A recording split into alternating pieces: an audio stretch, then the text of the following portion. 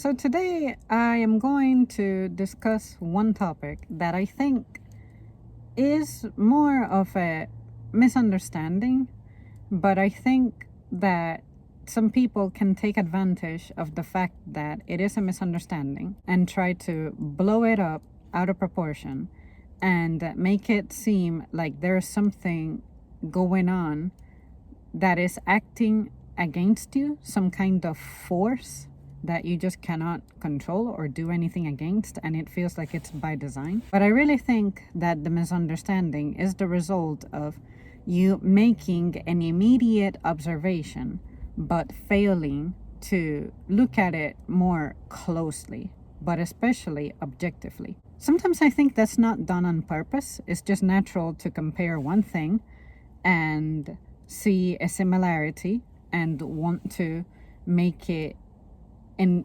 equal thing across the board, but there are minimum details. It's always about the details that will make some things vary. Now, in the event that I'm wrong, and this is not a misunderstanding, and this is just a deliberate misrepresentation of a matter, I think it serves to represent issues in society and how we are in denial about certain things, and we don't like to take accountability for our mind and the things that we allow to trigger it. With that said, I hope that at the very least you hear me out and you consider this topic again objectively. I'm going to try to be objective, but I'm going to present my ideas, my opinion, with as much personal experience as I can think of on the go as I go over this.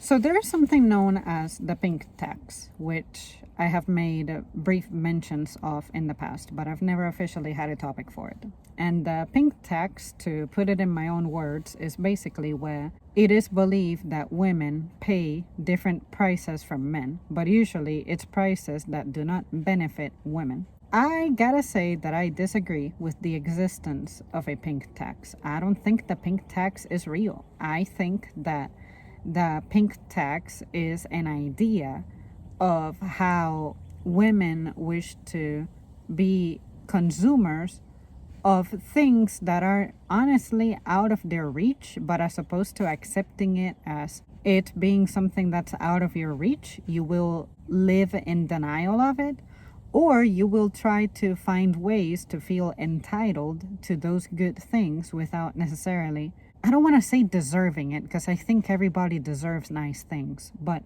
without having properly earned it. One of the first things I will say about the pink tax is that women are the biggest consumers, from what I understand. They tend to be the ones who do the shopping for the house, household things.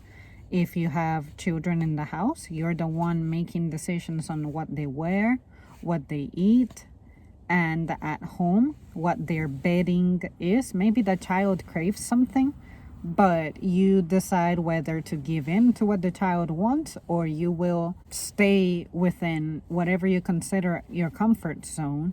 And even if it's not aesthetically pleasing or catered toward the kid, at least you make sure that the kid still has their room put together. But are you deciding to get the fancy stuff that your kid may want because those are expensive because they're more detailed, or are you going with the simpler things? Another thing is what I just expressed about you feeling like you deserve it. I feel like women tend to take things based off their value a little more seriously than men do. I'm not saying that there are not men divas out there, because I know they're out there. But for instance, women are less likely to want to settle down for basic things, generic things. They are easily impressed by name brand things.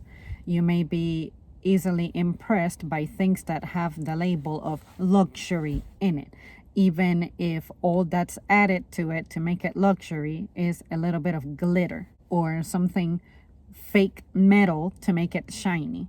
You're just an impressionable creature. And if you were raised in a way to where you were catered toward, that's not gonna make it any better for you. I was raised in a way to where, sure, I could be spoiled here and there, but at the same time, the importance of understanding how two things can be equal, but one is priced differently from another, is something that was also urgently inculcated into me. I feel like I deserve nice things just as much as the next person, but I also understand that it is not worth it for me to become an irresponsible consumer because immediately I want the nice, fancy, sweet things as opposed to prioritizing what I really should save my resources for. For instance, I'm not going to be going to fancy restaurants every week or something like that if I know that's not something that I can afford. And fortunately for me,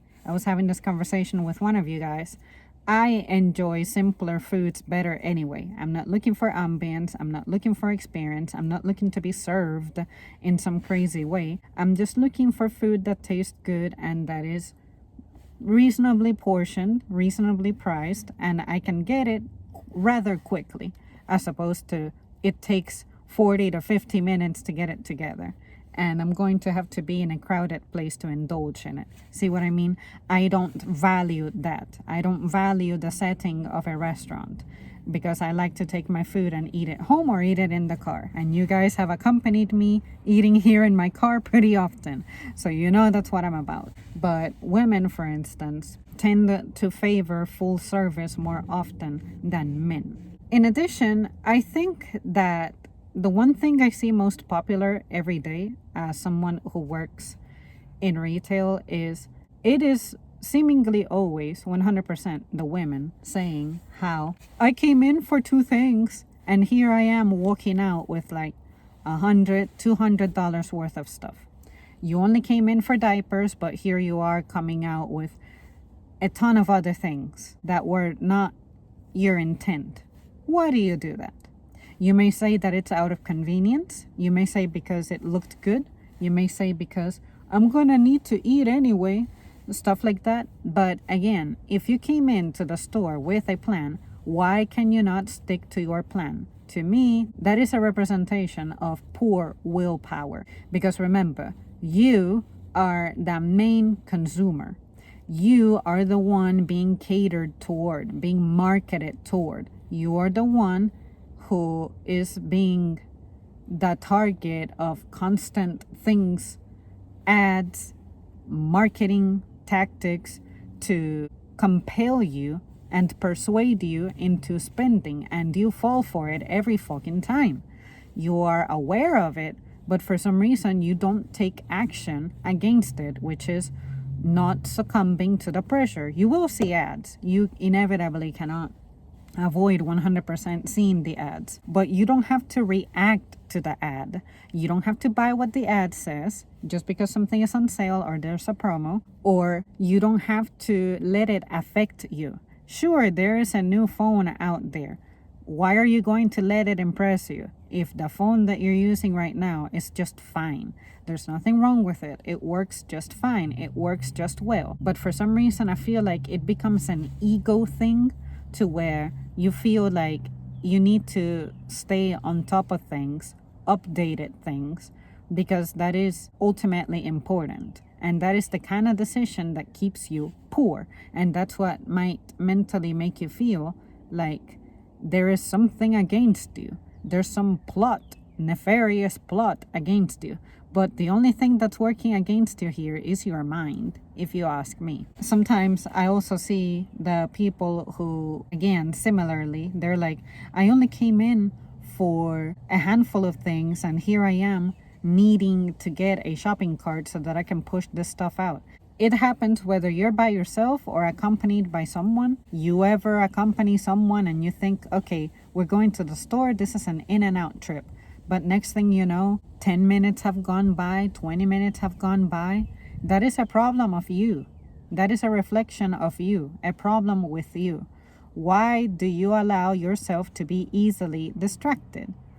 It's no different from social distractions. Everything out here is trying to fight for your attention. You don't have to give it to them. You may look at things at the store, notice it, make a mental note, and be like, I noticed this one ice cream that looked pretty cool. Let me go back when I have more time or when I actually intend to buy a dessert.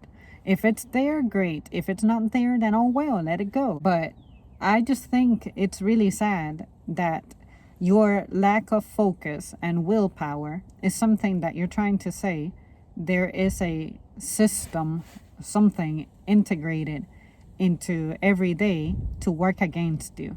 No. With that said, that is also something that's going to affect you with your money, because it also shows that you cannot stick to a budget. You may probably recur to things like credit to buy things now with money that you personally don't have now. And then that's going to keep you stuck in this vicious cycle of continuously being in debt, because again, you're making purchases during a time that you don't have the money. During the time that you don't have the money, you shouldn't be buying things, because you more than likely wouldn't have a plan as to how you're going to pay back for that stuff.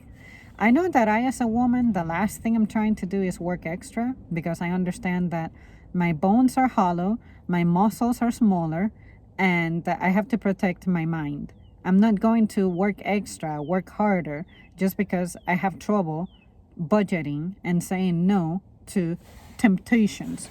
But I guess that for me, it is so hard to impress me that I'm hardly ever tempted. And anything that I have ever been tempted with before, I've gotten it. The car, the phone as a necessity, and because I had to get a device given that mom misplaced another one of my devices a long time ago, and it led me to upgrading, and any other miscellaneous things that I may have shared with you guys that I was excited about getting, that it took me a long time to get.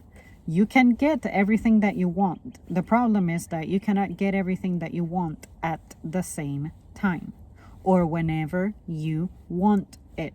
Learn to wait. And the best thing about waiting is that very often when you wait, either a new, better version of what you want is becoming available, or you'll realize that the hype that you felt dies the fuck down. And also, you may care too much about details. And notice that I use the word too.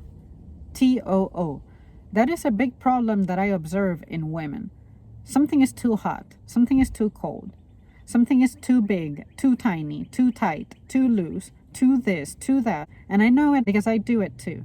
But at some point, you gotta be able to establish some kind of limit and be like, you know what? It is okay for something to be good enough. It won't be perfect, but it'll be good enough.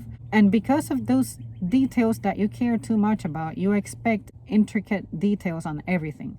Everything from aesthetics, like the way you have your room set up, the way you have your clothes set up. Do the clothes have an embroidery? Do they have a logo? Do they have a detail? What is their texture? Are they soft?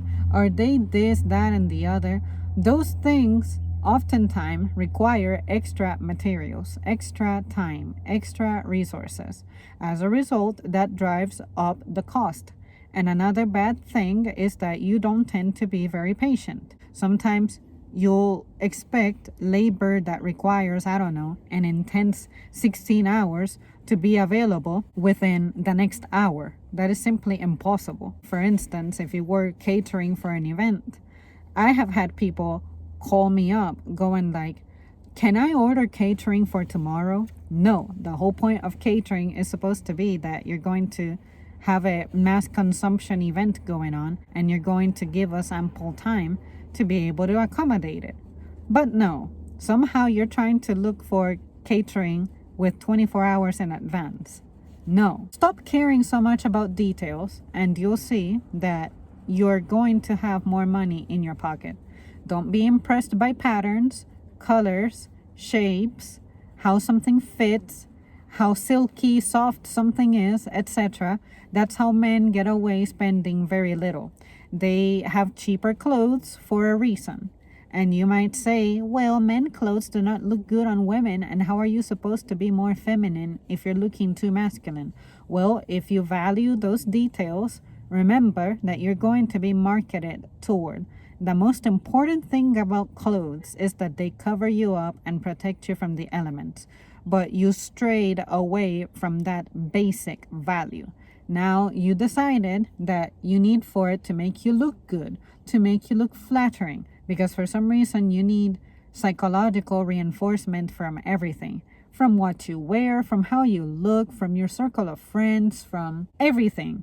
Just stop. Stop doing that. And another thing I can think of is, for instance, people say that women pay more for haircuts, but you don't care to mention the fact that usually you want your hair to be washed, to be conditioned, to be cut like with layers, or dye it, blow dry it, have a hairstyle that's too specific, or maybe it requires extra time, extra skill, those things. You don't know how to go in for a haircut to just get a trim. That is what men do. That's why men typically don't pay too much when they go get their haircut. But when you keep piling up services, and those services require that you consume the product from the salon, yes, your bill is going to be higher. Why is that shocking? Why do you feel like there's some force acting against you? Another thing is, for instance, yard work. For some reason, you cannot just keep your yard simple. You gotta have it with flowers. You gotta have it with plants that produce fruits and veggies, which I'm not opposed to that. We need food, and it's better if you grow it yourself. You gotta have different types of flowers. You gotta have your lawn trimmed a certain way, the lawn going in a certain direction. All those little things, details, those details keep you stressed. I don't get it. And another thing I can think of is details, like I was mentioning, in clothes. But that may also translate to vehicles. You're not happy with the color of the interior. You're not happy with the material of the interior. Even though you spend here how long? Like the occasional hour-long trip, but maybe your trips may be 10 minutes long, 15, etc. But you need for this thing to be fancied up for some reason. Why? Why can you not experience a little bit of discomfort or adversity? Yeah, sure, things can be made to look nice, but the way that something looks is costing you so much, and you don't even realize it. With all those thoughts said, hopefully you begin to understand what I mean when I say that this may be a misunderstanding, because the things that women want tend to require extra, you could say, engineering to deliver on those expectations, whereas the men have simpler expectations, almost no expectations. For instance, when you're shaving, men just want the hair to disappear, but women, they want to have a certain experience while they're using the shaver. They want to have a certain experience after the shaving. They want for their skin to not look bumpy, like the strawberry legs. I have strawberry legs all the time, and I don't care, because all I want is for the hair to be gone. I don't need to have my legs looking like I'm 14 again. Even when I was 14, I still had strawberry legs. I'm not impressed by those things. I like the feeling of freshly shaved legs, but when it comes to the razor, I have experienced the difference between the 2-blade razor and the 3-blade and the 4-blade. The more blades, the better. But you know what doesn't make it too much better? When it's too expensive, based off the frequency I have to purchase it with. Because unfortunately for me, I have thick hair. Therefore, it will grow faster, and I have to replace my shavers a little more often. I can't budget that. What I value is, okay, I can get this addressed often, but I can do so in a way I consider cost effective. It wouldn't surprise me if feminine hygienic products also fell into that category. You want it to smell a certain way. You want it to feel a certain way. I have 2 types. The short ones for before it starts and after it's beginning to end. And then I have my primary one that I wear to replace it as I need to. And overnight, I have the special ones that are a little longer and a little wider, for obvious reasons. But I don't get it. I sincerely don't understand it. To me, this so-called pink tax is just, you have problems with being easy to impress and wanting more. Learn to control that and you'll see the pink text disappear right before your eyes. Well, there you guys have it. That's it from me. Thank you so much for tuning in. I sincerely am not looking for validation on this one. I'm never looking for validation, but I'm not looking for you to agree with me. But I'm just saying that I disagree. I can see that marketing at play when I go shopping. All I do is go in with a plan. I'm looking for soap. I know exactly what I'm looking for. Why would I allow myself to be consumed by a matter so simple? If I care about my health and skin and stuff, then sure, I will drop a good pretty penny on products like that. But if I'm doing that, then that means I have to make a sacrifice somewhere else. Maybe I cannot be driving the luxury vehicle if I'm going to be spending good money on skincare, for instance. Skincare products, just to give you an example. So that's all you gotta do. Just learn to commit to sacrificing certain things, as opposed to you wanting everything and you getting everything because you feel like you have to have it. Otherwise, your life is borderline not worth living or some shit. So anyways, that's it from me. Please let me know your thoughts. Bye.